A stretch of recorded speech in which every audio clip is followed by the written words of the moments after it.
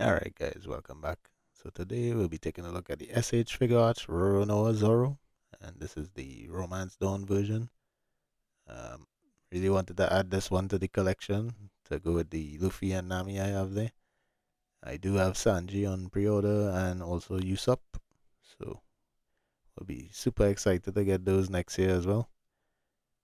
Uh, the Romance Dawn line is something a little special for me. I do like the East Blue arc quite a lot. Um, Kind of takes you back to a simpler time when the jokes were hilarious. The crew was small enough that everybody had their own individual moments to shine, and there was a lot of heart in the show back then. Well, not that there isn't any now, but it's significantly more difficult to focus on the crew themselves because there's too many characters now. But didn't mean to go on a tirade. But without further ado, let's crack this package open and see what we get inside.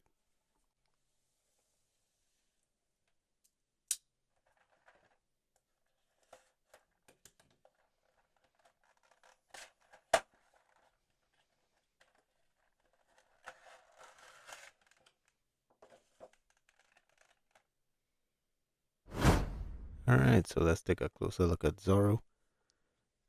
Getting right into the details on the face. Very well done, as is typical for SH Figuarts. Very, very good with the anime faces and stuff. Not so much the movie faces, in my opinion. You can see the earring, really nicely done. The hair sculpted really well. The figures here and the face sculpt mainly based on the One Piece episode of East Blue sort of movie that they had, which was a kind of a modern retelling of the original East Blue saga. So the artwork and stuff on the characters is more in line with what they have currently going on. So that is why their face looks a little bit different from how they were originally drawn, but still does look really good. And it does capture the character. You can see some nice sculpting going on the buttons there. No shading in the skin tones, but the sculpting does look nice, as well as the sculpting on the shirt. This armband can be removed, so you could achieve that look when he has the bandana on his head. You just have to pop off the hand to be able to take it off there. This waistband is also soft rubber, and as you can see, there's a little peg hole there for where the swords will plug into. And it is a floating piece. The entire crotch piece and hips on Zoro are hard plastic, no soft crotch piece or anything like that. I don't mind once it has the range. The pants, nothing too much to talk about, but it is sculpted pretty nicely. I like how they have a matte finish going on the pants, and then it comes down to the boots, which are extremely glossy. So that breaks it up a little bit nicely. I think under the camera, even the pants looks a little bit shinier than it really is. But it does look really nice. Under the feet, nothing going on there. I like the fact that they put a little boot swivel on here as well too. That really aids in getting them in some good crouched poses. But yeah, for the most part, the figure does look really, really nice. No complaints on the aesthetic. Most of my complaints are lodged at those shoulders and stuff. We'll get to those in the articulation section. So getting right into the articulation on Zoro. The head looks up quite a good bit. It's pretty decent. Looks down quite a ways as well. Can tilt and move all around. So you can get your diagonal downs, diagonal ups. The shoulders, that's the one part I'd love to talk about the most. I guess the best way to explain is just to pop it out. So basically there's a ball joint going down into the arm, which you could move all the way around. And then you have a hinge joint in the center with two pegs on it, which is where the cup or the hinge, the shoulder cup piece would hold on to basically. Then you have the ball joint, which goes down into a ball socket in the torso, which also can move up and down as well. So very, very complicated, and I'm not sure why it was necessary to make it so complicated, but at the end of the day, it's kind of difficult to make it look good. Uh, Poses across the chest and stuff is no problem. As you can see, the range going across the chest is really impressive, but and going back as well, I guess. But then you have the issue where it just looks extremely ugly. So you kind of have to work around it. I mean, it's a tough one. I'm not sure why they needed to go that complicated with the shoulder, but there you have it. The shoulder can go all the way around, though it tends to pop out because the ball joint at the arm is more stiffer. So watch out for that. The bicep does have a swivel, nicely hidden under the shirt cuff there. The elbows do have decent double joints. The wrists have a ball hinge, so you can get that vertical motion or horizontal motion depending on how you orient the peg. The torso has a ball joint and the waist also has a ball joint. Together they could only crunch forward about this much, unfortunately. I guess maybe due to the sash around the waist there. You can arch back a fair amount. The torso can tilt from side to side pretty well. And of course, they can swivel at both points. The lower shirt piece on Zoro is actually a soft piece as well. So the sash and the shirt are soft, but I don't think it mattered because it doesn't seem to give you that much range forward. So the hips kick forward about this far, not too great, but still good enough, I think. Kick back about this far. You can't do a full split, but it's pretty decent. The thigh does have a swivel. The knees are single jointed, unfortunately. I could only give you a little bit better than 90. The boot does have a swivel though, so that's nice. The ankles can kick forward about this far, kick back about this far. Does have a rocker, can swivel at the ankle, and also has a toe hinge. So all in all, pretty decent articulation for Zoro, but the shoulders, I think they could have engineered those a little bit better because it does look pretty ugly if you're doing anything else other than having the arms over the chest. So getting right into Zoro's accessories, he does come default in package with two fists. He does come with two open gesture hands. Does come with two sword holding hands. And then he comes with two alternate sword holding hands. He does come with his three katanas, but these are mainly for display on his hip because these hilts are just that, simply hilts to make it look like the swords are in the sheath. But they are really nicely detailed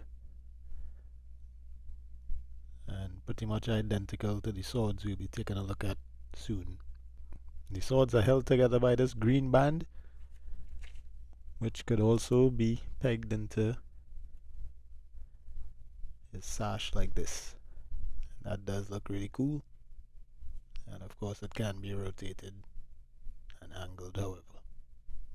Taking a look at his actual katanas, these are pretty much identical, the two unnamed ones, but you can see it has some nice red underlay with some black wraps, and that nice gold on the handguard and the pommel. The blades are done in a silver and a nice matte black on the ends, so it does have that really sharp appearance, and they do look really nice, but as mentioned, both are identical. And taking a look at the third sword, this is the Wado Ichimonji. This is the one he got from his childhood friend and rival. You could see the same silver and matte black on the blade. Does look good.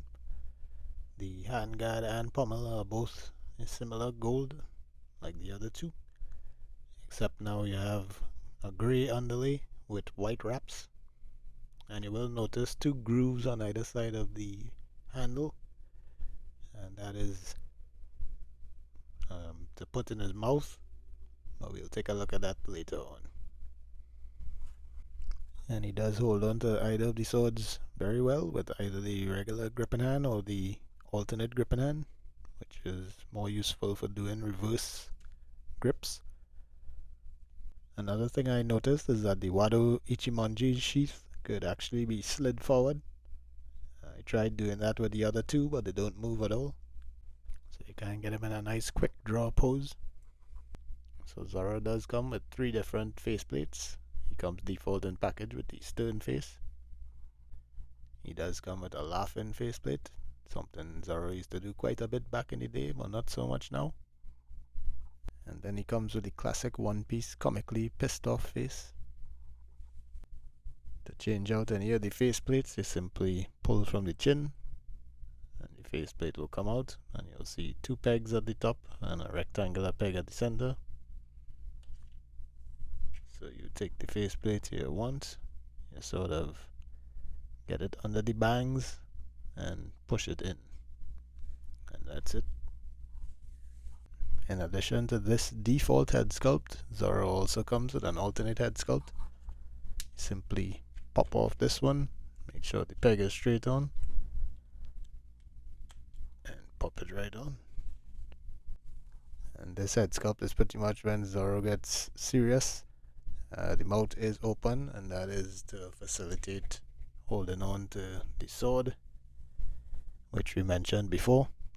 That has the notches in it. Inside his mouth does have a notch at the top there. So the sword can either peg in this way, or you can have it the other way. So you can definitely get him in a really nice onigiri pose. He can give you a pretty cool tiger hunt pose as well. And Zoro does come with one final accessory, and that is a new face sculpt for Luffy. And it does look pretty good. And anybody who watches the manga or the anime could definitely recognize this as when Luffy gets mistakenly hypnotized by Django. So you could certainly recreate that scene with Zoro there. So for height, he does stand a little bit over 6 inches tall. So here's how he looks next to McFarlane Nightfall Batman. Here's how he looks next to Jada Toys Mega Man. Here's how he looks next to Jada Toys Ken. Here's how he looks next to SHF Daima Goku. Here's how he looks next to Black Series Mando. Here's how he looks next to Marvel Legends Ant-Man. Here's how he looks next to Romance Dawn Luffy. And here's how he looks next to Romance Dawn Nami. So in closing, I find myself torn about this figure. On the one hand, there's a few things I like about it, and then on the other hand, there's quite a few things I don't like about it. Number one being that faceplates aren't compatible with both head sculpts. Sometimes you want to have him with the bandana on, but the serious face or the head sculpt that doesn't have the bandana on with the smiling face. So it's very disappointing to find that you can't utilize the faceplates on both. And I think that could have been better engineered to accommodate that. The other disappointing thing would be the ugly shoulders, over-engineered. It looks pretty bad in quite a lot of poses. I mean, once you have it going across the chest and stuff like that, it's not too much of a problem. But once you have it going over the head and going back, like how I have this one there, I think it does look pretty ugly, almost on the level of Revoltech. The other thing I would say is I find the torso range on this figure very disappointing, as well as the single jointed knees. I think it's time to stop with the single joints now and start doing some double joints on these figures. They're agile, flexible characters, and they are always in dynamic poses of all sorts, so it would be beneficial to have those as standard on these one-piece figures. But those complaints aside, I do like the aesthetic of the figure. It does look really nice. What paint and sculpt there is on the figure is pretty nicely done, so no complaints there. And they captured the look of Zoro really well, I think. This review was pretty tough to do. Video footage was lost, audio was corrupted, all sorts. Took really long to finally complete, but nonetheless, I hope you all enjoy it, and I hope this helps anybody who is on the fence about getting this figure. And until next time, y'all take care.